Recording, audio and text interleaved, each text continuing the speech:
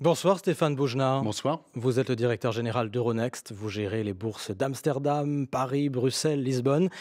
On va parler de politique et d'économie d'abord, puisqu'Emmanuel Macron, avant d'être élu, a promis plusieurs mesures pour soutenir les actionnaires, la détention d'actions et ce moyen de financer l'économie. Qu'est-ce qui est le plus important pour vous aujourd'hui dans ces mesures-là? Je crois que l'idée est d'abord de simplifier considérablement la fiscalité de la détention du capital des actions, la modernisation. La simplifier ou l'alléger, Stéphane Bougenat? La simplifier, c'est d'abord la stabiliser dans la durée et s'engager à la stabiliser dans la durée. Ça, c'est un engagement qui est utile pour tous ceux qui peuvent décider d'allouer leur capital sur certains produits à risque ou d'autres, et puis surtout de la faire converger avec une forme de moyenne européenne. Et donc c'est ça qui est encourageant dans les orientations qui sont données à ce stade. C'est qu'on peut réparer une détérioration de la fiscalité de la détention des actions, et le capital, ça n'est qu'un instrument pour financer la croissance. Donc, de ce point de vue-là, ce sont des orientations qui vont vraiment dans le bon sens. Il y a aussi un sujet important dont on va reparler forcément, c'est la taxe sur les transactions financières. La France a déjà une taxe qu'elle applique sur environ 20% des transactions. Certains veulent l'étendre, et vous? Oui, non, cette taxe existe, son taux a été étendu, elle était comparable à ce qui existe à Londres. La nouveauté étrange, absurde, qui a été produite dans la dernière loi de finances, c'est de l'étendre à ce qu'on appelle les transactions intraday à l'intérieur d'une même journée. C'était d'ailleurs tellement compliqué intellectuellement à concevoir, à écrire et difficile à mettre en œuvre que la loi a prévu de la mettre en œuvre à partir du 1er janvier 2018. C'est une disposition particulièrement absurde, produite dans une ambiance crépusculaire. Et donc, il faut évidemment que cette partie-là de la taxe sur les transactions financières disparaisse. Je crois que Vous demandez la suppression de cette mesure-là, Stéphane Oui, Bougenat? c'est une mesure absolument de bon sens, et je crois que tout le monde avait été très embarrassé par les conditions baroques dans lesquelles la loi de finances avait été adoptée à cette époque, avec une ambiance qui apparaît un peu datée maintenant, avec des frondeurs qui voulaient absolument afficher un scalp Mais cette taxe législatif. finance une partie de l'aide au développement, de l'aide aux pays pauvres. Est-ce Oui. qu'on peut s'en passer? Est-ce qu'ils peuvent s'en passer? Oui, les taxes, toutes les taxes financent toutes les actions. Elle n'est pas fléchée, mais le principe de la taxe sur les transactions financières, telle qu'elle avait été conçue initialement il y a quelques années, est tout à fait admissible et supportable. Il y a deux choses qui sont pénalisantes, c'est l'aggravation de son taux, qui peut induire des mouvements de certaines activités qui ont naturellement vocation tout doucement à se déplacer vers des territoires en Europe où cette taxe n'existe pas, et ça a été déjà le cas. Et puis il y a des choses qui, au-delà du taux, relèvent de l'absurdité totale, c'est de l'appliquer à des assiettes qui sont incohérentes, inexistantes, comme les transactions intraday. Donc vraiment, c'est deux notions très, très différentes. Bien sûr qu'il faut financer l'aide au développement, mais avec des assiettes qui correspondent à des vraies activités économiques et pas à des slogans.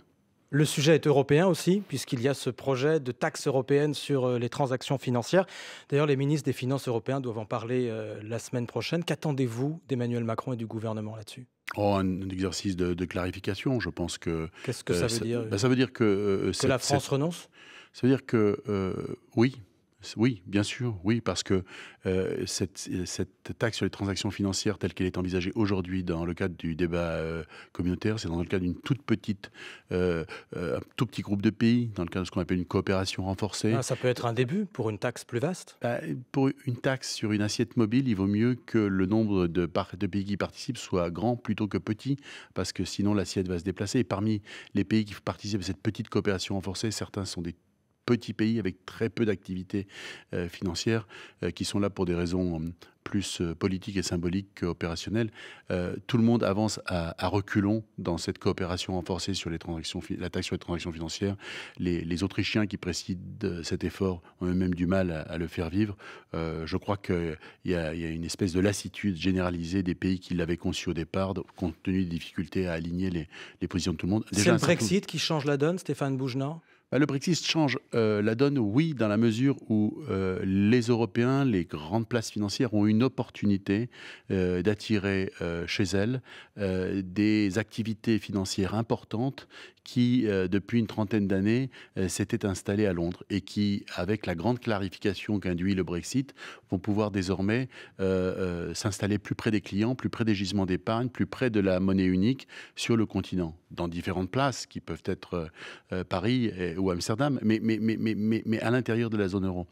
Et ça veut donc dire que chaque fois qu'on porte un coup de canif, qu'on affaiblit l'attractivité de la place de Paris, on se prive d'une opportunité d'attirer des activités qui sont génératrices d'emplois et d'assiettes fiscales importantes. Donc, c'est pas la même décision d'inventer des taxes symboliques et politiques sur les services financiers il y a 5 ans et de le faire depuis 5 mois.